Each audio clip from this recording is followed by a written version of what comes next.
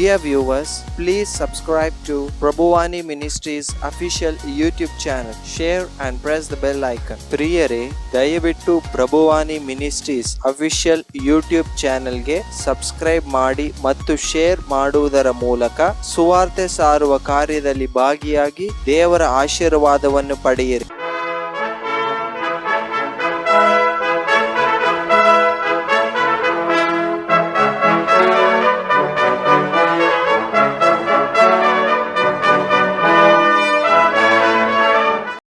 ಮುಚ್ಚುತ್ತಾ ನಮ್ಮ ದೇಹ, ಆತ್ಮ, ಶರೀರ ಪರಿಶುದ್ಧ ಕರ್ತನಿಗೆ ಬಿಟ್ಟು ಕೊಡೋಣ. ನಮ್ಮ ಆಲೋಚನೆಗಳು, ನನ್ನ ಕುಟುಂಬ, ನನ್ನ ಪರಿಸರ, ನನ್ನ ರಾಜ್ಯ, ನನ್ನ ದೇಶ, ಪ್ರತಿಯೊಂದು ಮಾನವನನ್ನ ಈ ನಿಮಿಷದಲ್ಲಿ ಸಮರ್ಪಿಸಿಕೊಡುತ್ತಾ, ಎಲ್ಲಿ ಇಬ್ಬರು ಮೂವರು ನನ್ನ ನಾಮದಲ್ಲಿ ವಿಶ್ವಾಸದಲ್ಲಿ ಪ್ರಾರ್ಥಿಸುತ್ತಾರೋ ಅಲ್ಲಿ ನಾನು ಇರುತ್ತೇನೆ ಎಂಬುದಾಗಿ ವಾಗ್ದಾನ ಮಾಡಿರುವಂಥ ಯೇಸು ನಮ್ಮ ಮಧ್ಯದಲ್ಲಿ ಸ್ವಾಮಿ ಇದ್ದಾರೆ. ಹಬ್ಬದ ಕಾರಣ ಹಾಗೂ ಮಳೆಯ ಕಾರಣ ಬರದಂಥ ಜನ, ದೇವನ ವಾಕ್ಯ ಹೇಳ್ತದೆ, ಬಂದವರು ಭಾಗ್ಯವಂತನು ಎಂಬುದಾಗಿ. ಯಾರೆಲ್ಲ ಬಂದಿಲ್ಲ, ಬರಬೇಕಾದವರು, ಅವರ ಆಶೀರ್ವಾದವು ಸೇರಿ ಬಂದಿರೋರಿಗೆ ದೇವರು ಅನುಗ್ರಹಿಸಲ್ಪಡ್ತಾರೆ ಎಂಬುದಾಗಿ ದೇವನ ವಾಕ್ಯ. ಈ ನಿಮಿಷದಲ್ಲಿ ನಮ್ಮೆಲ್ಲ ದುಃಖ, ವೇದನೆ, ಸಂಕಟಗಳನ್ನು, ನಮ್ಮೆಲ್ಲ ಮನಸ್ಥಿತಿಗಳನ್ನು, ನಾವು ಅನುಭವಿಸಿದಂಥ ಅನೇಕ ಉಪದ್ರವಗಳು, ನಾವು ಅನುಭವಿಸಿದಂಥ ನಾನಾ ಪ್ರಶ್ನೆಗಳು, ಅನುಭವಿಸಿದಂಥ ರೋಗ, ಅನುಭವಿಸಿದಂಥ ಅವಮಾನ, ನಿಂದನೆ, ಹಾಗೂ ನಾನು ಬದುಕಕೂಡದು ಎಂಬುದಾಗಿ ನಿರ್ಧರಿಸಿದಂಥ ದಿನಗಳು, ಕ್ಷಣಗಳು, ಶಾರೀರಿಕವಾದಂಥ ದುರಿಚ್ಛೆಯಿಂದ ಬಿದ್ದು ಹೋದಂಥ ನಮ್ಮ ಪಾಪದ ಸಂದರ್ಭ, ನಮ್ಮ ಶರೀರವು ಮಲಿನವಾಗಿ ದೇವರನ್ನು ಆರಾಧಿಸಲು ಪ್ರಯತ್ನಿಸಿದರೂ ಪ್ರಾರ್ಥಿಸಿದರೂ ನಮ್ಮ ಪ್ರಾರ್ಥನೆಗೆ ಸದ್ದುತ್ತರ ಇಲ್ಲದಂಥ ಸಂದರ್ಭಗಳು. ದೇವನ ವಾಕ್ಯ ಹೇಳುತ್ತದೆ, ನಾನು ಶುದ್ಧನಾದ ದೇವನು, ನಾನು ಪರಿಶುದ್ಧನು, ನೀವು ಸಹ ಪರಿಶುದ್ಧರಾಗಿರಿ ಎಂಬುದಾಗಿ. ನಾವು ಮಾಡಿದಂಥ ಸಕಲ ವಿಧವಾದ ಪಾಪಗಳನ್ನು ದೇವರಿಗೆ ಅರಿಕೆ ಮಾಡಿಕೊಡೋಣ. ಅಂತರಾಳದೊಂದಿಗೆ ಅನೇಕ ರೀತಿಯಲ್ಲಿ, ಅನೇಕ ಸಂದರ್ಭಗಳಲ್ಲಿ ದುರಿಚ್ಛೆಗೆ ಬಿದ್ದು ಹೋಗಿ ಪಾಪದ ಮಲಿನದಲ್ಲಿ ನನ್ನ ಶರೀರ, ಪಾಪದ ಜಡತ್ವದಲ್ಲಿ ನನ್ನ ಸ್ವಭಾವ, ಸಂದರ್ಭ ನನ್ನ ಕ್ಷಮಿಸಲಾರದಂಥ ನನ್ನ ಬದುಕಿನಲ್ಲಿ ವೈರಾಗ್ಯ, ಹಗೆತನ, ಈಗಲೂ ದ್ವೇಷ ಕಾಡುವಂಥ ನನ್ನ ಗುಣಗಳು ಎಲ್ಲವನ್ನ ದೇವನಿಗೆ ಸಮರ್ಪಿಸಿಕೊಡುತ್ತಾ, ಕರ್ತನೇ, ನನ್ನ ಮೇಲೆ ನಿನ್ನ ಪರಿಶುದ್ಧಾತ್ಮನ ಅಭಿಷೇಕವನ್ನು ಅನುಗ್ರಹಿಸು. ಇದು ನನ್ನಲ್ಲಿ ನಿನ್ನ ಆತ್ಮರ ಶಕ್ತಿಯನ್ನು ತುಂಬಿಸು. ಬರಲಿರುವಂಥ ದೊಡ್ಡ ಮಹಾ ನಾನಾ ರೀತಿಯ ಸಾವು ನೋವುಗಳಿಂದ ನಮ್ಮನ್ನು ಬಿಡುಗಡೆ ಮಾಡು.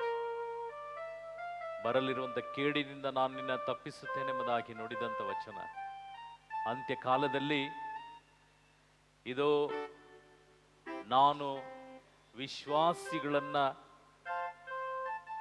ಯಾವ ರೀತಿಯಲ್ಲಿ ರಕ್ಷಿಸಿ ಹಾಗೂ ಅನಿರೀಕ್ಷಿತವಾಗಿ ಬರುವಾಗ ನಾನು ವಿಶ್ವಾಸಿಗಳನ್ನ ಕಾಣುತ್ತೇನೋ ಇಲ್ಲವೋ ಎಂಬುದಾಗಿದೆ ವಚನ. ಇದು ಲೋಕ ಇಡೀ ಪಾಪದಲ್ಲಿ ಮುಳುಗಿರುವಂಥ ಲೋಕ. ನಮಗಾದರೂ ದೇವರು ಈ ಅವಕಾಶವನ್ನು, ಸಂದರ್ಭವನ್ನು ಒದಗಿಸಿಕೊಟ್ಟಿದ್ದಾರೆ. ದೂತ ಸಂತರೇ, ಕಾವಲು ದೂತರೇ, ರಥ ಸಾಕ್ಷಿಗಳೇ, ಎಲ್ಲ ಅಪೊಸ್ತಲರೇ, ಪ್ರವಾದಿಗಳೇ, ಪರಿಶುದ್ಧ ಕನ್ನಿಕೆಯೇ, ಈ ಆಲಯದ ಸಂತರಾದ ಸಂತ ಸೆಬಾಸ್ಟಿಯನರೇ, ತೆರೇಸಮ್ಮನವರೇ, ನಮ್ಮೆಲ್ಲರಿಗೂ ಬೇಕಾದಂಥ ಕೃಪಾ ಆಶೀರ್ವಾದವನ್ನು, ಶಾಂತಿ ಸಮಾಧಾನವನ್ನು, ಬಿಡುಗಡೆಯನ್ನು, ನೆಮ್ಮದಿಯ ಬದುಕನ್ನು ಪ್ರತಿಯೊಂದು ಕ್ಷಣದಲ್ಲೂ ಇದೋ ದೈವ ಸಾನ್ನಿಧ್ಯದಲ್ಲಿ ನಮಗಾಗಿ ಭಿನ್ನಯಿಸಿ ಪ್ರಾರ್ಥಿಸಿ ಪಡೆದುಕೊಡಿ ಎಂಬುದಾಗಿ ಕೇಳಿಕೊಳ್ಳುತ್ತಾ, ಎಲ್ಲರೂ ಒಟ್ಟಾಗಿ ನಮೋ ಮರಿಯೇ, ವರಪ್ರಸಾದ ಪೂರ್ಣಿಯೇ, ಪ್ರಭು ನಿಮ್ಮೊಡನೆ ಇದ್ದಾರೆ, ಸ್ತ್ರೀಯರಲ್ಲಿ ನೀವು ಧನ್ಯರು, ಮತ್ತು ನಿಮ್ಮ ಉದರದ ಫಲವಾದ ಯೇಸುವು ಧನ್ಯರು. ಸಂತ ಮರಿಯ ದೇವಮಾತೆ, ಪಾಪಿಗಳಾಗಿರೋ ನಮಗಾಗಿ ಈಗಲೂ ನಮ್ಮ ಮರಣದ ಸಮಯದಲ್ಲೂ ನಮ್ಮೆಲ್ಲರಿಗಾಗಿ, ನಮ್ಮ ಕುಟುಂಬ, ನಮ್ಮ ರಾಜ್ಯ, ನಮ್ಮ ದೇಶಕ್ಕಾಗಿ ಪ್ರಾರ್ಥಿಸಿರಿ ತಾಯೆ. ನಮ್ಮನ್ನೇ ಅಭಿಷೇಕ ಮಾಡಿಕೊಳ್ಳುತ್ತೆ. ಎಲ್ಲರೂ ಒಟ್ಟಾಗಿ ಹೇಳೋಣ. ಪಿತನಿಗೂ ಸುತನಿಗೂ ಪವಿತ್ರ ಆತ್ಮನಿಗೂ ಮಹಿಮೆ ಉಂಟಾಗಲಿ, ಆದಿಯಲ್ಲಿ ಇದ್ದ ಹಾಗೆ ಈಗಲೂ ಯಾವಾಗಲೂ ಯುಗ ಯುಗಾಂತರಕ್ಕೂ ನಿಮಗೆ ಸಲ್ಲಲಿ. Praise Lord. ಅಕ್ಕಪಕ್ಕ ಪ್ರೈಸ್ ಲಾರ್ಡ್ ಹೇಳ್ರಿ.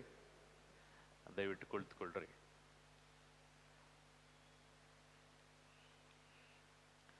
ಪ್ರಭು ಯೇಸುವಿನ ನಾಮದಲ್ಲಿ ಇವತ್ತು ಎಲ್ರಿಗೂ ಆಶ್ಚರ್ಯ ಆಗಿರ್ಬೇಕು, ಏನು ಜನ ಇಲ್ಲ ಅಂತೇಳಿ. ಕಾರಣ ನಿನ್ನೆ ಹಬ್ಬ ಆದ ಕಾರಣ ಯೂಶಲ್ ಆಗಿ ಹಬ್ಬ ಆಗಿದ್ದು ಮಾರನೇ ದಿವಸ ಪ್ರಾರ್ಥನೆ ಇರ್ತಿರ್ಲಿಲ್ಲ. ಇದು ಈ ಹಬ್ಬ ಇಡೀ ಪ್ರಪಂಚದಲ್ಲಿ ತಾಯಿಯ ಹುಟ್ಟುಹಬ್ಬವನ್ನು ಆಚರಿಸುವಂಥದ್ದು. ಇದು ನಮ್ಮ ಚರ್ಚ್ ಹಬ್ಬ ಅಲ್ಲ, ಇದು ಇಡೀ ಪ್ರಪಂಚದಲ್ಲಿ ಆಚರಿಸುವಂಥ ತಾಯಿಯ ಹುಟ್ಟು ಹಬ್ಬ. ಹಾಗಾಗಿ ಅದಾದಮೇಲೆ ನಮ್ಮ ಕರ್ನಾಟಕದ ಹಾಗೂ ಮೈಸೂರು ಜನ ಹೆಂಗಿದ್ರೆ, ಚಳಿ ಇದ್ದರೆ ಬರಲ್ಲ, ಬಿಸಿಲಿದ್ರೆ ಬರಲ್ಲ, ಮಳೆ ಇದ್ದರೆ ಬರಲ್ಲ. ಪ್ರಿಯರೇ, ಒಂದು ಸತ್ಯವನ್ನು ನಾನು ನಿಮಗೆ ತಿಳಿಸ್ತೇನೆ. ಪ್ರಾರ್ಥನೆ ದಿನೇ ದಿನೇ ದಿನೇ ದಿನೇ ಪ್ರಾರ್ಥನೆಯು ನಮ್ಮಿಂದ ನಷ್ಟಪಟ್ಟು ಹೋಗ್ತದೆ. ವಿಶ್ವಾಸವು ಒಂದೊಂದು ಮನುಷ್ಯನಲ್ಲಿ ಅದಕ್ಕೆ ದೇವನ ವಾಕ್ಯ ಹೇಳ್ತದೆ, ಅಂತ್ಯಕಾಲದಲ್ಲಿ ವಿಶ್ವಾಸಿಗಳನ್ನು ಕಾಣಲು ಸಿಗುವುದೋ. ವಾಕ್ಯ ಇದೆ, ವಿಶ್ವಾಸಿಗಳನ್ನು ಕಾಣಲಿಕ್ಕೆ ಸಿಗುತ್ತಾ ಎಂಬುದಾಗಿ. ಈಗ ಇಡೀ ಪ್ರಪಂಚದಲ್ಲಿ ನಾವು ನೋಡ್ತಿದ್ದೇವೆ ಅನೇಕ ವಿಧವಾದಂಥ ಸಾವು ನೋವುಗಳು, ಭಯಂಕರವಾದಂಥ ಸಾವುಗಳು. ಅದು ಒಬ್ಬರಿಬ್ಬರಲ್ಲ, ಊರಲ್ಲಿ. ಆಂಧ್ರದಲ್ಲಿ ನೋಡ್ರಿ, ನಾನೊಂದು ಫೋಟೋ ಕಳಿಸ್ಕೊಟ್ಟಿದ್ದೆ ಎಲ್ರಿಗೂ. ಚರ್ಚಲ್ಲಿ ಈ ಹೈಟಿಗೆ ನೀರು ತುಂಬಿದೆ, ಸುಮಾರು ಒಂದು 6 ಅಡಿ, ಚರ್ಚ್ ಒಳಗೆ 6 ಅಡಿ ನೀರು ತುಂಬಿದೆ. ಫಾದರು ಅವ್ರ ಜೊತೆ ಒಂದು ಇಬ್ಬರು ಬಂದು ಪರಮಪ್ರಸಾದ ಪೆಟ್ಟಿಯನ್ನು ತೆಗೆದು ಪರಮಪ್ರಸಾದವನ್ನು ಅವರು ನಡ್ಕೊಂಡು ನೀರಲ್ಲಿ ಅವರು ಎಲ್ಲೋ ಒಂದು ಬೇರೆ ಕಡೆ ಆ ಪರಮಪ್ರಸಾದವನ್ನು ತಗೊಂಡೋಗಿದ್ದಂಥ ದೃಶ್ಯವನ್ನು ನಾನು ಕಳಿಸಿದೆ ಎಲ್ರಿಗೂ ವಾಟ್ಸಪ್ಪಲ್ಲಿ. ಇನ್ನು ಮುಂದಕ್ಕೆ ಇನ್ನೊಂದು, ಇಡೀ ಪ್ರಪಂಚದ ಅನಾಲಿಸಿಸ್ ನೋಡುವಾಗ ಇಡೀ ಪ್ರಪಂಚದಲ್ಲಿ ಕ್ರೈಸ್ತರ ಸಂಖ್ಯೆ ಮೀರಿಸಲಿಕ್ಕೆ ಯಾರಿಗೂ ಸಾಧ್ಯ ಇಲ್ಲ, ಹೌದಲ್ಲ? ಇಡೀ ಪ್ರಪಂಚದಲ್ಲಿ ಅಬ್ರಾಹ್ಮನೊಂದಿಗೆ ದೇವರು ವಾಗ್ದಾನ ಮಾಡಿದ್ದಾರೆ. ಈ ವಾಗ್ದಾನದ ಪ್ರಕಾರ ಇಡೀ ಪ್ರಪಂಚದಲ್ಲಿ ಕ್ರೈಸ್ತರ ಸಂಖ್ಯೆ ಈಗಲೂ ಮುಂದಕ್ಕೂ ಮೀರಿಸ್ಲಿಕ್ಕೆ ಸಾಧ್ಯ ಇಲ್ಲ. ಆದರೆ ಈ ದಿನಗಳಲ್ಲಿ ಅನೇಕ ಕಡೆಗಳೇ ಚರ್ಚ್ಗಳು ಮುಚ್ಚಲ್ಪಡ್ತಾ ಇದೆ. ಅದಾದಮೇಲೆ ಯುವಕ ಯುವತಿಯರು, ವಿಶೇಷವಾಗಿ ಯುವಕ ಯುವತಿಯರು ಚರ್ಚ್ ಒಳಗೆ ಬರಲ್ಲ. ಹಾಗೂ ಅವರು ಆ ಸ್ಟೇಟ್ಮೆಂಟಲ್ಲಿ ಹೇಳ್ತಾರೆ, ಕ್ರಿಶ್ಚಿಯನ್ ಪ್ರಾಕ್ಟೀಸ್ ಅಂದರೆ ಚರ್ಚಿಗೆ ಬರೋದು, ಪ್ರಾರ್ಥನೆ, ಬಲಿಪೂಜೆ ಅದು ಕಂಪ್ಲೀಟ್ ನಿಂತೋಗಿದೆ ಎಂಬುದಾಗಿ. ಬರೋರು ಯಾರು? ಪ್ರಾಯದ 60 ವರ್ಷ, 70 ವರ್ಷ, 80 ವರ್ಷದ ಅಜ್ಜಾಜಿರು ಚರ್ಚಿಗೆ ಬರ್ತಾರೆ. ಕಾರಣ ಯಾಕೆ? ಚರ್ಚ್ಗಳು ಮುಚ್ಚಲ್ಪಡ್ತದೆ, ಹಾಗೂ ಕಲ್ಲಿನ ಮೇಲೆ ಕಲ್ಲು ನಿಲ್ಲೋದನ್ನೇ ನೀವು ನೋಡೋದಿಲ್ಲ ಎಂಬುದಾಗಿ, ನಿಮ್ಗೆ ನೋಡಲಿಕ್ಕೆ ಸಿಗೋದಿಲ್ಲ ಎಂಬುದಾಗಿ. ಅದು ಸತ್ಯವಾದಂಥ ಮಾತು, ಇದರಲ್ಲಿ ಆಶ್ಚರ್ಯ ಇಲ್ಲ. ಅದು ನೋಡಿ ಒಬ್ಬರು ಫೋನ್ ಮಾಡಿ, ಬ್ರದರ್ ಏನು ಬ್ರದರ್ ಈ ಥರ ಆಯ್ಸ್, ಇದನ್ನು ಆಶ್ಚರ್ಯ ಪಡಬೇಡ್ರಿ. ಕಾರಣ ಯಾಕೆಂದರೆ ಅಂತ್ಯಕಾಲದಲ್ಲಿ ಜನರು ವಿಶ್ವಾಸವನ್ನು ಕಳ್ಕೊಳ್ತಾರೆ. Praise Lord, hallelujah, hallelujah.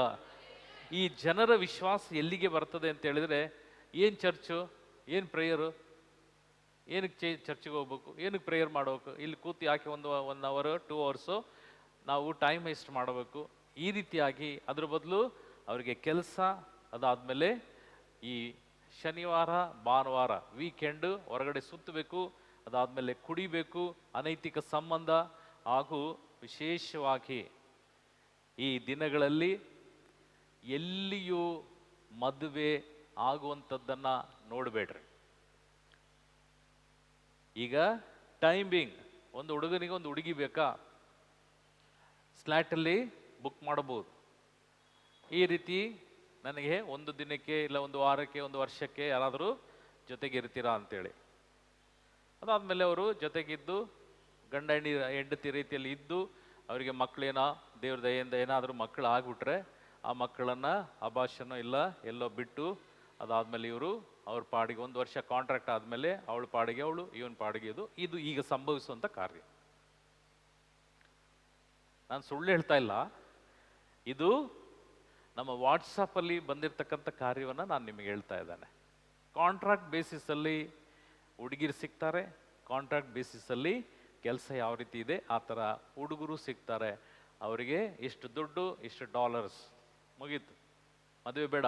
ಮಕ್ಕಳನ್ನ ನೋಡ್ಕೊಂಡು ನಾವು ಆ ಕಷ್ಟಪಡುವಂಥದ್ದು, ಮಕ್ಕಳ ಜೊತೆ ಜಂಜಾಡೋದೊಂದು, ಓದಿಸೋದು, ಅದಾದಮೇಲೆ ಮಕ್ಕಳನ್ನ ಕರ್ಕೊಂಡು ಹೋಗು, ಕರ್ಕೊಂಡು ಬಾ, ಅದೆಲ್ಲ ಯಾವುದು ಬೇಡ. ಮಕ್ಕಳು ಬೇಡ, ನಮಗೇನು ಎಲ್ಲ ರೀತಿಯಾದಂಥ ಸುಖ ಬೇಕು. ಹಣ ಕೊಟ್ಟರೆ ಎಲ್ಲ ರೀತಿಯಾದ ಸುಖ ಸಿಗ್ತದೆ, ಅಷ್ಟಿದೆ ಸಾಕು. ನಿನ್ನ ಪಾಡು ನಿನಗೆ, ನನ್ನ ಪಾಡು ನನಗೆ. ಈ ಒಂದು ಟೆಂಡೆನ್ಸಿ ಈಗ ಸಂಭವಿಸಿದೆ. ಇದು ಯಾವ ಕಾಲದಲ್ಲಿ ನಡೆದಿದ್ದು? ಇದು ನೋವನ ಕಾಲದಲ್ಲಿ ಸಂಭವಿಸಿದಂಥ ಕಾರ್ಯ. ಅದೇ ದೇವರ ವಾಕ್ಯ ಹೇಳುತ್ತದೆ, ಇದು ಅಂತ್ಯ ಕಾಲದಲ್ಲಿ, ನೋವನ ಕಾಲಕ್ಕಿಂತಲೂ ಹೆಚ್ಚಿನ ಪಾಪವನ್ನು ನೀವು ನೋಡ್ತೀರಿ. Praise the Lord. Hallelujah, hallelujah. ಅದಕ್ಕಾಗಿ ದೇವನಲ್ಲಿ ಯಾರಿಗೂ ಭಯಭಕ್ತಿ ಇರೋದಿಲ್ಲ. ಆಚಾರಗಳನ್ನು ಮಾಡ್ತಾ ಇರ್ತಾರೆ. ಆಚಾರಗಳೇ ಲೋಕದಲ್ಲಿ ತುಂಬಿ ತುಳುಕ್ತದೆ, ವಿಚಾರದಲ್ಲಿ ಯಾರೂ ಗಮನ ಕೊಡೋದಿಲ್ಲ. ಹಾಗಾದರೆ ನಾವು ಯಾವ ರೀತಿಯಲ್ಲಿ ದೇವನನ್ನು ಸ್ಪರ್ಶಿಸಲಿಕ್ಕೆ ಸಾಧ್ಯ? ಬಂದಿರೋರು ಭಾಗ್ಯವಂತರು. ಕಾರಣಕ್ಕೆಂದರೆ ಇವತ್ತು ನಾನು ತುಂಬ ಡೌಟಲ್ಲೇ ಇದ್ದೆ, ಕ್ಯಾನ್ಸಲ್ ಮಾಡಬೇಕಾ ಬೇಡವಾ ಅಂತ. ಈ ಪ್ರೇಯರ್ ದೇವ್ರದೇ ಗೊತ್ತಿಲ್ಲ, ದೇವರ ಆಶೀರ್ವಾದ. ಅದು 5 ಜನ ಇದ್ದರು, ಮಾಡೋಣ ಅನ್ನೋ ಒಂದು ತೀರ್ಮಾನ ದೇವರು ಅನುಗ್ರಹಿಸಿದರು. ಕಾರಣ ನಾನು ಇಬ್ರಿಗಾದರೂ ಇವತ್ತು ತುಂಬ ಉಪಯೋಗ ಆಗುತ್ತೆ ಅಂತೇಳಿ ವಿರಾಜಪೇಟೆಯಿಂದ ಮಕ್ಕಳು ಬಂದ್ಯಾರ. ಆ ಮಕ್ಕಳಿಗಾದರೂ ದೇವ್ರ ವಾಕ್ಯ ಸಿಕ್ಕತ್ತೆ ಅನ್ನೋ ಒಂದು ಆಶೀರ್ವಾದ. ಆ ಮಕ್ಕಳು ನೋಡಿ ಅಷ್ಟು ದೂರದಿಂದ ಬಂದ್ಯಾರೆ. ಹಂಗಾಗಿ ದೇವರು ಅನುಗ್ರಹಿಸಲ್ಪಡುವಂಥ ಒಂದು ಸೌಭಾಗ್ಯ. ಆಗ ಬಂದವರು ನಾವು ದೇವನ ಅಭಿಷೇಕವನ್ನು ಕಾಣಬೇಕು. ನಿನ್ನೆ ದಿನ ಒಂದು ಫೋನ್ ಕಾಲ್ ಬಂತು, ಒಂದು ತಾಯಿ ಈ ರೀತಿಯಾಗಿ ಹೇಳ್ತಾ ಇದ್ದಾರೆ, ನಾವು ಕ್ರೈಸ್ತರು ಬ್ರದರ್, ನೀವು ನನ್ನನ್ನು ನೋಡಿದ್ದೀರಿ, ನಾನು ನಿಮ್ಮ ಜೊತೆ ಮಾತಾಡಿದ್ದೇನೆ, ನನ್ನ ಮಗನ ಬಗ್ಗೆ ನೀವು ಹೇಳಿದ್ರಿ, ಚರ್ಚಲ್ಲಿ ಧ್ಯಾನದ ಸಂದರ್ಭದಲ್ಲಿ ಹೆಚ್ಚಾಗಿ ಪ್ರಾರ್ಥಿಸ್ರಿ. ಅಂತ್ಯಕಾಲದಲ್ಲಿ ಅನೇಕ ಸಂದರ್ಭಗಳು ನಮ್ಮನ್ನು ಮುಟ್ಟುತ್ತೆ, ನಾನಾ ಪ್ರಶ್ನೆಗಳು ಸಂಭವಿಸಬಹುದು, ಜೀವಕ್ಕೆ ಹಾನಿಯಾಗುವಂಥ ಸಂದರ್ಭವೂ ನಮ್ಮ ಜೀವಿತದಲ್ಲಿ ಇರಬಹುದು ಎಂಬುದಾಗಿ ಅಂದು ನುಡಿದಿದ್ರಿ. 2 ವರ್ಷದ ಹಿಂದೆ ನನ್ನ ಮಗ, 23 ವರ್ಷದ ನನ್ನ ಗಂಡು ಮಗು, ನೀವು ಅವನನ್ನು ಬ್ಲೆಸ್ ಮಾಡಿದ್ದೀರಿ, ಅವನಿಗೂ ದೇವರ ಸಂದೇಶ ತಿಳಿಸಿದ್ರಿ. ದಿನಂಪ್ರತಿ ಪ್ರಾರ್ಥಿಸು, ದಿನಂಪ್ರತಿ ಚರ್ಚಿಗೆ ಹೋಗು, ಕಾರಣ ನಿನ್ನ ಹಿಂದೆ ಅನೇಕ ಸೈತಾನ್ಗಳು ನಿನ್ನನ್ನು ಆವರಿಸಿಕೊಳ್ತದೆ ಎಂಬುದಾಗಿ ಹೇಳಿದ್ರಿ. ಅದು ಈಗ ನಿಮ್ಮ ಮುಂದೆ ಹೇಳಲಿಕ್ಕೆ ನಾನು ಇಷ್ಟಪಡ್ತೇನೆ ಬ್ರದರ್ ಅಂತೇಳಿ ನಿನ್ನೆ ಆ ತಾಯಿ ಫೋನ್ ಮಾಡಿ. ನಾನು ಹೇಳಿದೆ, ಎಲ್ಲಿಂದ ಮಾತಾಡ್ತಿದ್ದೀರಿ? ಅವರು ಊರು ಹೇಳಿದರು. ಅದಾದಮೇಲೆ ಆ ದಿನ ನನ್ನ ಮಗ ಮನೆಯಲ್ಲಿದ್ದ ಬ್ರದರ್, ಫ್ರೆಂಡ್ಸ್ ಎಲ್ಲ ಕರ್ಕೊಂಡೋಗಿ ಅವನಿಗೆ ಕೂಡಿಸಿ, ಈ ಸೀಸನ್ ಅಂದರೆ ನಿನ್ನೆ ಹಬ್ಬ ಇತ್ತು, ಮೊನ್ನೆ ಗಣೇಶ ಹಬ್ಬ ಅಲ್ಲ, ಈ ಹಬ್ಬಕ್ಕೆ ನನ್ನ ಮಗನನ್ನು ಕರ್ಕೊಂಡು ಹೋದ್ರು ಬ್ರದರ್. ಕರ್ಕೊಂಡೋಗಿ ಭಯಂಕರ ನೀರು, ನನ್ನ ಮಗ ಒಳ್ಳೆ ಸ್ವಿಮ್ಮಿಂಗ್ ಮಾಡ್ತಾನೆ. ಅವನ ಉರಿದುಂಬಿಸಿ ಕುಡಿಸಿದ ಮೇಲೆ ಅವನು ಒಂದು ರೀತಿ ಹುಚ್ಚನ ರೀತಿಯಲ್ಲಿ ಅವನು ವರ್ತಿಸ್ತಾನೆ. ಅದೇ ರೀತಿಯಲ್ಲಿ ಏನು ಹೇಳಿದ್ರು ಮಾಡ್ತಾನೆ ಬ್ರದರ್, ಯಾರು ಏನು ಹೇಳಿದ್ರು ಮಾಡ್ತಾನೆ ಅಂತ ಹುಡುಗ ನನ್ನ ಮಗ. ಅವನು ರಾತ್ರಿ ಈ ಹುಡುಗರ ಜೊತೆ ಸೇರಿ ಗಣೇಶ ಬಿಡಲಿಕ್ಕೆ ಹೋಗುವಾಗ ಇವನು ಈಜಿ ಗಣೇಶನನ್ನು ತಗೊಂಡೋಗಿ ಸುಮಾರು ದೂರದಲ್ಲಿ ಬಿಟ್ಟು ಬರುವಾಗ ಸುಳಿಯಲ್ಲಿ ಸಿಕ್ಕಾಕೊಂಡು ಸತ್ತು ಹೋದ. 23 24 ವಯಸ್ಸ ಹುಡುಗ, ಕುಟುಂಬಕ್ಕೆ ಆಧಾರವಾಗಿದ್ದಂಥ ಹುಡುಗ, ಕುಟುಂಬವನ್ನು ಸಾಕ್ತಿದ್ದಂಥ, ನಮ್ಮನ್ನು ಅತಿಯಾಗಿ ಪ್ರೀತಿಸಿದಂಥ, ನಾವು ಅವನನ್ನು ಅತಿಯಾಗಿ ಪ್ರೀತಿಸಿದಂಥ ನನ್ನ ಮಗ ನಮ್ಮ ಕಣ್ಣು ಮುಂದೆ 3-4 ದಿನದ ಹಿಂದೆ ಅವನ ಬಾಡಿ ಸಿಕ್ತು. ಅವನ ನೋಡುವಾಗ ಗುರುತಿಸ್ಲಿಕ್ಕೆ ಸಾಧ್ಯ ಇಲ್ಲ. ಅವನ ಮುಖ, ಕಣ್ಣು ಎಲ್ಲವೂ ಮೀನು ಎಲ್ಲ ತಿಂದಾಕಿ ಘೋರವಾದಂಥ ಒಂದು ದೃಶ್ಯ ನನ್ನ ಮಗನನ್ನು ನೋಡಲಿಕ್ಕೆ ಸಾಧ್ಯವಿಲ್ಲ. ಈ ಹಬ್ಬ ಬರುವಾಗ ನನಗೆ ಬ್ರದರ್, ನಾನು ಯಾಕೆ ಬದುಕಿರಬೇಕು ಎಂಬುದಾಗಿ ನಾನು ಚಿಂತಿಸ್ತೇನೆ. ನನ್ನ ಜೀವನ, ನನ್ನ ಬದುಕು ದೇವರು ನಡೆಸ್ತಾ ಇದ್ದಾರೆ ನನಗೆ ಗೊತ್ತಿಲ್ಲ. ನನ್ನ ಮಗ ಒಬ್ಬನೇ, ನನ್ನ ಗಂಡ ಇಲ್ಲ. ನನ್ನ ಗಂಡ ಕುಡಿದು ಸತ್ತ. ನನ್ನ ಮಗ ಈ ರೀತಿಯಾದಂಥ ಒಂದು ದುರಂತದಲ್ಲಿ ಅವನು ಸಿಲುಕಿ ಸತ್ತು ಹೋದ. ಬ್ರದರ್, ಈ ದಿನಗಳು ಬಂದಾಗ ನಾನು ನಿಮ್ಮನ್ನು ಜ್ಞಾಪಿಸ್ಕೊಳ್ತೇನೆ. ಅದಕ್ಕಾಗಿ ಬೇಜಾರು ಮಾಡ್ಕೊಳ್ಬೇಡ್ರಿ, ನನಗಾಗಿ ಪ್ರಾರ್ಥಿಸಿ ಬ್ರದರ್. ನಾನು ಹೇಳಿದೆ, ಯಾವ ರೀತಿ ಜೀವನ ಮಾಡ್ತಾ ಇದ್ದೀರಿ ಗೊತ್ತಿಲ್ಲ ಬ್ರದರ್. ನನಗೆ ತಿಂಗಳು ನನಗೆ ರೇಷನ್ ಇದೆ, ಯಾರಾದರೂ ಸಹಾಯ ಮಾಡ್ತಾರೆ. ನನ್ನ ಕುಟುಂಬದಲ್ಲಿ ಯಾರಾದರೂ ಒಬ್ಬರು ನನಗೆ ಗೊತ್ತಿಲ್ಲದಂಥ ಜನ, ಅವರು ನಮಗೆ ಸಹಾಯ ಮಾಡ್ತಾರೆ. ಈ ರೀತಿ ನನ್ನ ಬದುಕು. ನಾವು 2-3 ವರ್ಷಗಳ ಕಾಲ ನನ್ನ ಮಗ ತೀರಿ ಹೋದ್ರು. ಒಂದು ದಿನಕ್ಕೆ ನನಗೆ ಊಟಕ್ಕೆ ತೊಂದರೆ ಆಗಲಿಲ್ಲ, ಯಾವುದಕ್ಕೂ ತೊಂದರೆ ಆಗಲಿಲ್ಲ. ಯಾರಾದರೂ ಗೊತ್ತಿಲ್ಲ ಬ್ರದರ್ ನನಗೆ ಸಹಾಯ ಮಾಡ್ತಾರೆ. ಪ್ರಿಯ ಸಹೋದರ, ಪ್ರಿಯ ಸಹೋದರಿಯೇ, ಮರಣ ಎಂಬುದು ತಾನಾಗಿ ಹುಡ್ಕೊಂಡು ಬರುವಂಥದ್ದಲ್ಲ. ಯಾರಿಂದಲ್ಲಾದರೂ ಮರಣ ಸಂಭವಿಸ್ಬೋದು. ಮರಣಕ್ಕೆ ಸಮಯ, ನಾನು ಅದಕ್ಕೆ ಹೇಳ್ತೇನೆ, ಮರಣಕ್ಕೆ ಸಮಯ ಇಲ್ಲ, ಮರಣಕ್ಕೆ ಯಾವ ಜಾಗ ಇಲ್ಲ, ಮರಣಕ್ಕೆ ವಯಸ್ಸಿಲ್ಲ. ಆ ರೀತಿ ಇರುವಾಗ ನಿನ್ನ ಆತ್ಮ, ನಿನ್ನ ಶರೀರ, ಇದು ತುಂಬ ಮುಖ್ಯವಾಗಿ ದೇವರು ನಮಗೆ ಅನುಗ್ರಹಿಸಿದಂಥ ಒಂದು ಸಂದರ್ಭ. ನಿನ್ನ ವಿಶ್ವಾಸ. ಈಗ ನೀವೆಲ್ಲ ಇಲ್ಲಿ ಬಂದಿದ್ದೀರಿ. ಬಂದ ಮೇಲೆ ನಾನು ಬಂದು ಕುಳಿತಂಥ ಜಾಗ ಎಂಥದ್ದು ಫಸ್ಟ್ ನಿಮ್ಮ ಜ್ಞಾನಕ್ಕೆ ಬರಬೇಕು. ನಾನು ಬಂದು ಕುಳಿತಂಥ ಜಾಗ ಎಂಥದ್ದು, ನಂಬರ್ 1. ನಂಬರ್ 2, ಕುಳಿತಂಥ ಈ ಜಾಗದಲ್ಲಿ ಏನನ್ನ ನಾನು ಕೇಳ್ತೇನೆ, ಇದು ತುಂಬ ಮುಖ್ಯವಾದದ್ದು. ನಾವು ಅನೇಕ ಚಿಂತೆಯನ್ನು ಇಟ್ಟುಕೊಂಡು ಬರ್ತೀವಿ. ನಾವಿಲ್ಲಿ ಕೂತಿದ್ರು ನಮ್ಮ ಆಲೋಚನೆಗಳು ಸುಮಾರು ಹೊರಗೆ ಹೋಗಿರ್ತವೆ. ನಮ್ಮ ಮನಸ್ಸನ್ನು ನಾವು ಎಲ್ಲೆಲ್ಲೋ ಕಳಿಸಿರ್ತೇವೆ. ದೇವನ ವಾಕ್ಯ ಹೇಳ್ತದೆ, ನೀನು ಕುಳಿತಂಥ ಜಾಗ. ಈಗ ಚರ್ಚಿಗೆ ಬಂದಿದ್ದೇವೆ, ಬಂದ ಮೇಲೆ ಶ್ರದ್ಧೆಯಿಂದ ದೇವನ ವಾಕ್ಯವನ್ನು ನಾನು ಕೇಳಬೇಕು. ಯಾವಾಗ ಒಂದು ಜಾಗಕ್ಕೆ ಬಂದು ನಾವು ಆ ಜಾಗದಲ್ಲಿ ಏನು ಪ್ರವಚನವನ್ನು ಪ್ರವರ್ತಿಸ್ತಾರೆ, ಆ ಒಂದು ವಾಕ್ಯವನ್ನು ನನ್ನ ಹೃದಯದಲ್ಲಿ ಗ್ರಹಿಸಬೇಕು. ಆ ವಾಕ್ಯವನ್ನು ನಾನು ಧ್ಯಾನಿಸಬೇಕು.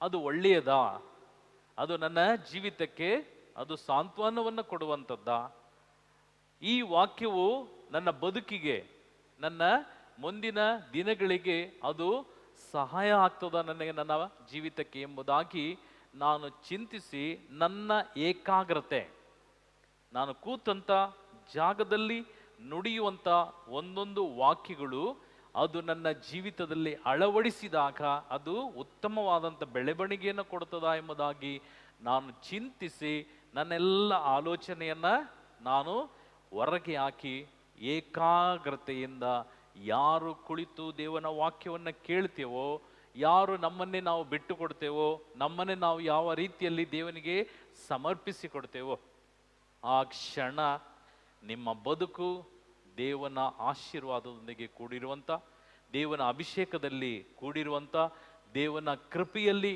ನಿಮ್ಮನ್ನು ನಡೆಸುವಂಥ ವಾಕ್ಯವು ನಿಮ್ಮದಾಗಿರ್ತದೆ. ಬಲಗೈ ಮೇಲೆ ಮಾಡಿ praise the Lord. Hallelujah, hallelujah.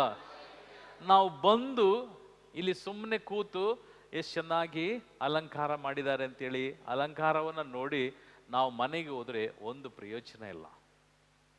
ಅಲಂಕಾರದಲ್ಲಿ ಪ್ರಯೋಜನ ಇಲ್ಲ. ಈಗ ಇದೆಲ್ಲ ಅಲಂಕಾರ ಮಾಡಿದೆ, ಹೌದಲ್ಲ? ಹೌದಲ್ಲ? ಹಲೋ, ಇದು ಅಲಂಕಾರ ಮಾಡ್ಯಾರ. ಇದು ಅಲಂಕಾರ ಮಾಡಿರ್ತಕ್ಕಂಥದ್ದು ಇದು ಸಹಜವಾಗಿ ಒಂದು ನಮ್ಮ ಚರ್ಚ್ಗಳಲ್ಲಿ ಇದನ್ನು ನಾವು ನೋಡ್ಬೋದು. ಇದನ್ನು ನೋಡಿ ಎಂಥ ಒಳ್ಳೆ ದರ್ಶನ ಆಯಿತು ಅಂತೇಳಿ ನಾವು ಮನೆಗೆ ಹೋಗುವಂಥದ್ದಲ್ಲ. ಈ ಅಲಂಕಾರವನ್ನು ನೋಡಿ ನಾವು ಈ ನಿಲ್ಲಿಸಿರ್ತಕ್ಕಂಥ ದೇವರ ತಾಯಿಯ ಒಂದು ಸ್ಟ್ಯಾಚ್ಯೂ ಮತ್ತು ಯೇಸು ಸ್ವಾಮಿಯ ಒಂದು ಆ ಶಿಲುಬೆಯನ್ನು ನೋಡಿ ನಾನು ಮನೆಗೆ ಹೋಗುವಾಗ ನನ್ನ ಜೀವಿತದಲ್ಲಿ ನಾನು ಏನನ್ನು ಕಂಡುಕೊಳ್ಳಿಕ್ಕೆ ಸಾಧ್ಯ ಇಲ್ಲ. ಆದರೆ ಇವರ ಚರಿತ್ರೆಯನ್ನು, ಇವರು ಯಾರು, ಆ ಯೇಸು ಕ್ರಿಸ್ತರು ಯಾರು, ಇದನ್ನು ನಾನು ತಿಳಿಯುವಾಗ ದೇವನ ವಾಕ್ಯ ಹೇಳ್ತದೆ ಅವರು ಏನನ್ನ ಬೋಧಿಸಿದ್ದಾರೆ. ಆ ಬೋಧಿಸಿದಂಥ ಬೋಧನೆ ನನ್ನದಾಗಿಸಿಕೊಂಡಾಗ, ನನ್ನ ಜೀವಮಾನವನ್ನು ನಾನು ಪರಿವರ್ತಿಸಿಕೊಂಡಾಗ, ನನ್ನ ಜೀವಮಾನವನ್ನು ದೇವನಿಗೆ ಒಪ್ಪಿಸಿಕೊಟ್ಟಾಗ ಈ ದೇವನ ವಾಕ್ಯ ಹೇಳ್ತದೆ ನೀನು ಭಾಗ್ಯವಂತರು ಎಂಬುದಾಗಿ, ನೀವು ಭಾಗ್ಯವಂತರು ಎಂಬುದಾಗಿ. ಅದಕ್ಕಾಗಿ ಪ್ರಿಯರೇ, ದರ್ಶನದಲ್ಲಿ ಪ್ರಯೋಜನ ಇಲ್ಲ. ಈಗ ಅಲಂಕಾರ ಮಾಡಿದೆ, ಚೆನ್ನಾಗಿದೆ ಅಲ್ವಾ? ಹಲೋ, ಚೆನ್ನಾಗಿದೆಯಾ? ಅಷ್ಟೇ. ಏನು ಪ್ರಯೋಜನ ಹೇಳ್ರಿ? ಅಲಂಕಾರ ಮಾಡಿದ್ದೀವಿ, ಚೆನ್ನಾಗಿದೆ. ಏನು ಅಲಂಕಾರ ಮಾಡ್ಯಾರ ಗೊತ್ತಾ? ಕಣ್ ತುಂಬ ನೋಡ್ಕೋ ಆಯ್ತು, ಕಣ್ ತುಂಬ ನೋಡಿದ್ದೀವಿ, ಪ್ರಯೋಜನ? ನನ್ನಲ್ಲಿ ಬದಲಾವಣೆ ಇದನ್ನೇ ದೇವರು ಕೇಳೋ. ನಿನ್ನಲ್ಲಿ ಬದಲಾವಣೆ ಇದೆಯಾ? ನಿನ್ನ ಬದುಕಿನಲ್ಲಿ ಬದಲಾವಣೆ ಇದೆಯಾ? ನಿನ್ನ ಮಾತಿನಲ್ಲಿ ಬದಲಾವಣೆ ಇದೆಯಾ? ನಿನ್ನ ಜೀವಿತದಲ್ಲಿ, ನಿನ್ನ ಕುಟುಂಬದಲ್ಲಿ, ನಿನ್ನ ಗಂಡನೊಂದಿಗೆ, ನಿನ್ನ ಹೆಂಡತಿಯೊಂದಿಗೆ, ನಿನ್ನ ಮಕ್ಕಳೊಂದಿಗೆ, ನಿನ್ನ ಸಂಸಾರದೊಂದಿಗೆ, ಈ ಲೋಕದಲ್ಲಿ ನಿನ್ನ ನೆರೆಯವರೊಂದಿಗೆ ನಿನ್ನ ಬದಲಾವಣೆ ಏನು? ಇದನ್ನೇ ಯೇಸು ಕ್ರಿಸ್ತನು ಬೋಧಿಸಿದ್ದು, ಇದನ್ನೇ ತಾಯಿ ನೆರವೇರಿಸಿದ್ದು, ಇದನ್ನೇ ಆಕೆ ಲೋಕಕ್ಕೆ ಪ್ರಚುರಪಡಿಸಿದ್ದು.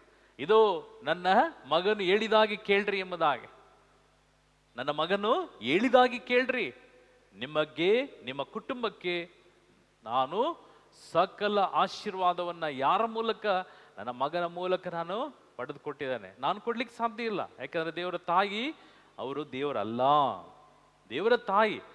ನಾನು ನನ್ನ ಸಂದರ್ಭ ನನ್ನಲ್ಲಿ ಬಂದಾಗ ನನಗೆ ಕೊಡುವಂಥ ಗೌರವ ಅದು ಒಳ್ಳೆಯದು. ಆದರೆ ನನ್ನ ಮಗನಿಂದ ನೀವು ಪಡೆದುಕೊಂಡಂಥ, ನನ್ನ ಮೂಲಕ ಪಡೆದುಕೊಂಡಂಥ ನನ್ನ ಮಗನ ಕೊಟ್ಟಂಥ ಆಶೀರ್ವಾದ ನಿನ್ನದಾಗಿಸಿಕೊಳ್ಳು. ನನ್ನ ಮಗನು ಹೇಳಿದಾಗಿ ಕೇಳ್ರಿ. ಏನು ನನ್ನ ಮಗನು ಹೇಳಿದ್ದು? ಇಲ್ಲಿ ವಾಕ್ಯವನ್ನು ನಾವು ಧ್ಯಾನಿಸೋಣ.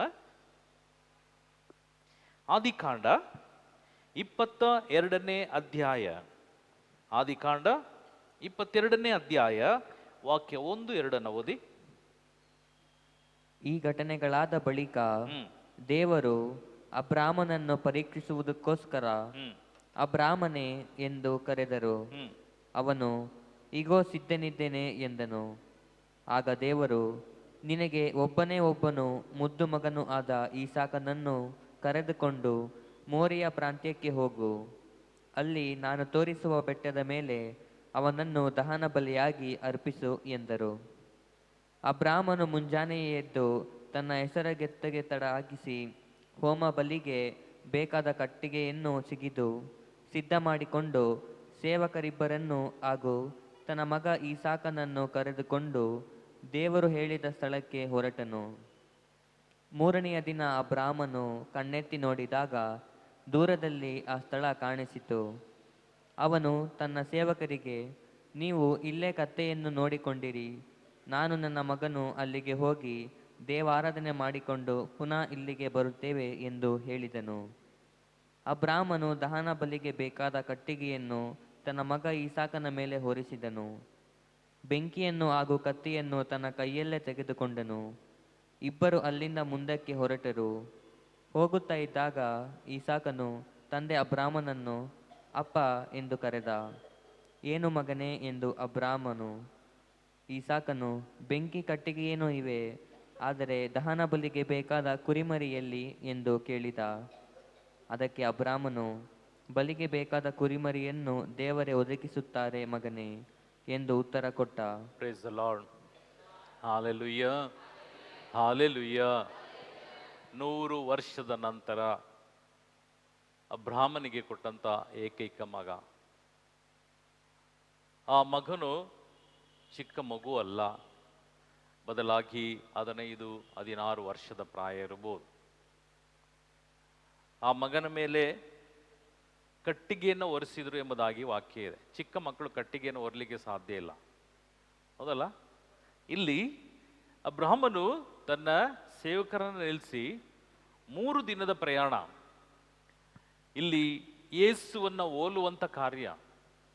ಈ 3 ದಿನದ ಪ್ರಯಾಣ, ಅಬ್ರಹಾಮನು ಇಸಾಕನು ಹೋಗುವಾಗ ಕೈಯಲ್ಲಿ ಬೆಂಕಿ ಇದೆ, ಅಬ್ರಹಾಮನು ಅವನ ಮಗನ ಮೇಲೆ ಒರೆಸಿದಂಥ ಕಟ್ಟಿಗೆ, ಹಾಗೂ ಅವನ ಕೈಯಲ್ಲಿ ಬೆಂಕಿ ಇದೆ, ಖಡ್ಗ ಇದೆ, ಹಾಗೂ ಅವರ ಪ್ರಯಾಣ ಹೋಗುವಾಗ, ಅಪ್ಪ ಇದು ಬಲಿಗೆ ಬೇಕಾದಂಥ ವಸ್ತು ಎಲ್ಲಿದೆ, ವ್ಯಕ್ತಿ ಎಲ್ಲಿದೆ? ಇಲ್ಲಿ ಯೇಸು ಸ್ವಾಮಿ ಗೆತ್ಸೆಮನೆ ತೋಪಿನಲ್ಲಿ ರಕ್ತದ ಬೆವರನ್ನು ಸುರಿಸುವಾಗ ಅವರು ನೋಡುವಂಥ ಒಂದು ಧ್ಯಾನಿಸುವಂಥ ಕಾರ್ಯವೇ ಅವರ ಮರಣ. ಅದಕ್ಕಾಗಿ ಈ ಪಾನ ಪಾತ್ರೆ ನನ್ನಿಂದ ಅಗಲಿ ಹೋಗಲಿ, ಅಪ್ಪ ನನ್ನ ಯಾಕೆ ಕೈ ಬಿಟ್ಟಿದೀಯಾ? ಇಲ್ಲಿ ಅಪ್ಪ, ಇಲ್ಲಿ ಬಲಿಗೆ ಬೇಕಾದಂಥ ವಸ್ತು ಎಲ್ಲಿ? ಹೋಲಿಕೆ ನೋಡ್ರಿ, ಅಲ್ಲಿ ಈಸಾಕನು ಕಟ್ಟಿಗೆಯನ್ನು ಹೊತ್ತುಕೊಂಡಿದ್ದ, ಇಲ್ಲಿ ಯೇಸು ಸ್ವಾಮಿಯು ಮರವನ್ನ ಅಂದರೆ ಶಿಲುಬೆಯನ್ನು ಹೊರ್ತು